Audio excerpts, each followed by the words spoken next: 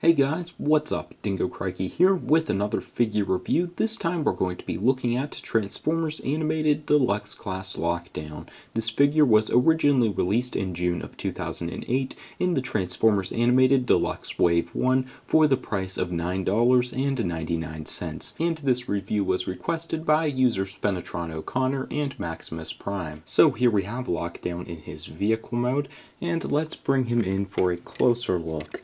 There you can see the front of the car, the side, the back, the other side, bottom, and there's the top.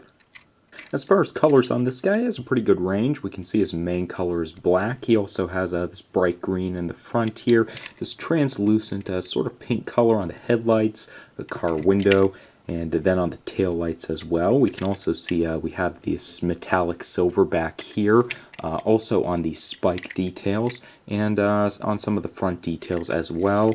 We have light gray on the spikes on the wheels, and on these pipes here, on the engine accessory in the front, and then we have a little bit of gold on the symbol there. As far as details and that kind of stuff, let's first talk about the design, as I think it's interesting as this guy has a more rigid design than most car Transformers. You can even see here, instead of having a curve upward, it's a very sharp angle, and he kind of has that more rigid look. As far as details go, we can see he has this recurring spikes all throughout the car. He has some up here, on the wheels as well, and then he has some little ones on the front. You can also see he has these pipes which are really nicely molded here. We also have the engine accessory, which is also pretty well detailed. We have even a little bit of red paint on there. And then you can see the inside of the windshield is even kind of detailed with these little cyber techno looking lines. As far as kibble or any bad bits, I really think pointing anything out in this mode would probably be nitpicking. He does have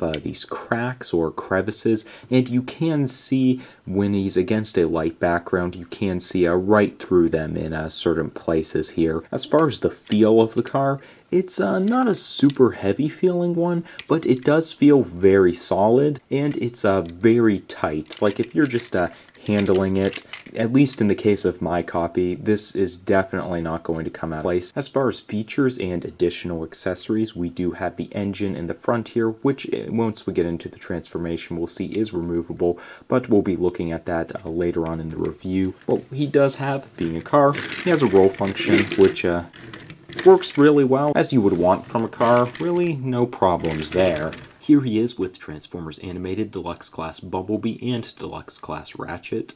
Here he is with Combiner Wars Voyager Class Silverbolt and Deluxe Class Dead End. And here's Lockdown with two other deluxe renditions of his character, Age of Extinction Lockdown, and the one released in the Hunt for the Decepticons or Revenge of the Fallen toy line. So let's get into the transformation, and it's actually a little bit more difficult than you may think. The first thing you want to do is to just kind of loosen things up and start with these back pieces here. Grip them and just kind of wiggle them back and forth till you can get them free from those middle pieces. And it is going to be quite a challenge,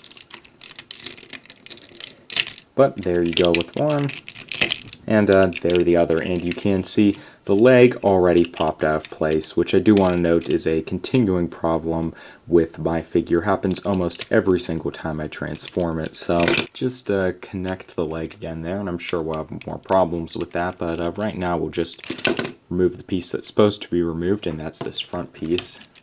Right now, you want to grip this front part of the leg and the lower part and just extend it as far as it can go. Same thing for the other leg. And now you want to flip the legs forward like so, and we'll turn them around. Now you want to bend the knees a little bit forward, just temporarily, so we can get these pieces, which form the front of the car. We can get them pushed down. You can get that nice clicking sound. Make sure they're pushed down all of the way, just like that. And now you can bring the knees forward again. We want to flip the feet up and flip these little pieces also upwards. And now we can rotate the waist around. So next we want to work with the upper body. First we're going to bring these arms down and just push them downward like so. See these shoulder flaps? Flip them upward. They don't go too far, just about. And next you just rotate these arms around and get them situated.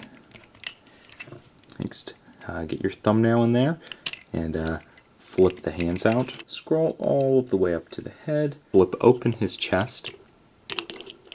Pop his head and his ginormous neck out and close the chest. There we have Lockdown in his robot mode. And let's bring the figure in for a closer look. Do a quick body scroll here.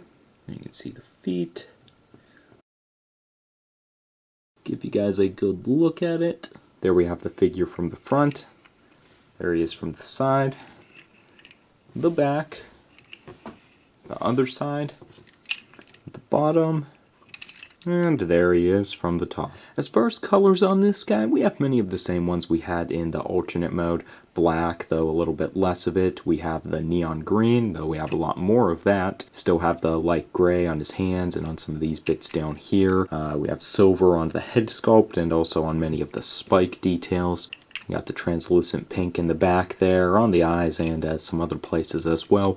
But now we have the addition of not only this maroon color in some little places here and there, but we also have this moss green up here. As far as significant details, one of the most significant in my opinion is the asymmetry in the figure, as you can see on his upper arms, and then we also have the asymmetry in his lower legs.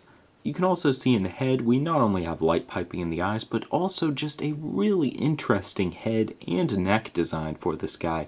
His neck is obviously massive and has those spikes protruded. You can also see not only is the face design itself unique, but he also has some cool details on the chin, around the eyes, in the nose area. As mentioned, he has spikes on the neck. We can also see he has some spikes on the shoulders there. On the upper legs, he has them on those wheels. More spikes on the lower wheels. As far as articulation goes, we'll first have a look at the legs and get his arms kind of out of the way there. His upper legs are on a ball joint, so he has a really good range of motion up there, prohibited a little bit going outwards. At the knee, though, doesn't even bend back at a 90-degree angle. Pretty limited. You can still get some cool poses, though. We do have full waist swivel, 360 motion there. As far as the upper arms, they can go all of the way around on that ball joint. They're at a little bit of a weird angle. You can kind of articulate them there as well. Bring them outward on the ball joint a little bit. At the elbow, they're double jointed. This top one, you can bring it forwards like so, and backward about that far.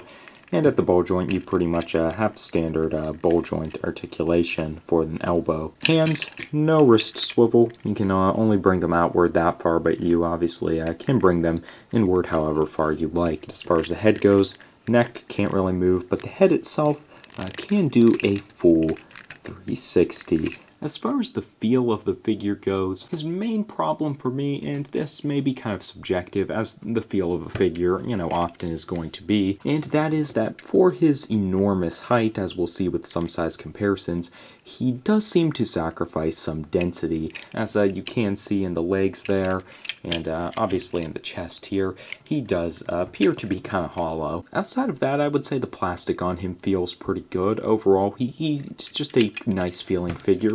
All of the joints are actually really tight in regards to movement. However, in regards to posing, they're constantly falling off on mine. I mean, I don't even have to use any effort. I mean, the right leg is a little bit better, but I've even had that pop off a lot in the transformation before. And as far as any kibble or bad bits, the whole thing with the leg is really the only thing I would consider. One more thing in regards to bad bits is obviously these hands here, as they are kind of stuck in this position. Personally, I don't really mind it, but I know that is a big complaint in regards to this figure. Speaking of the accessory, let's see how that works. And what we have here is actually two pieces.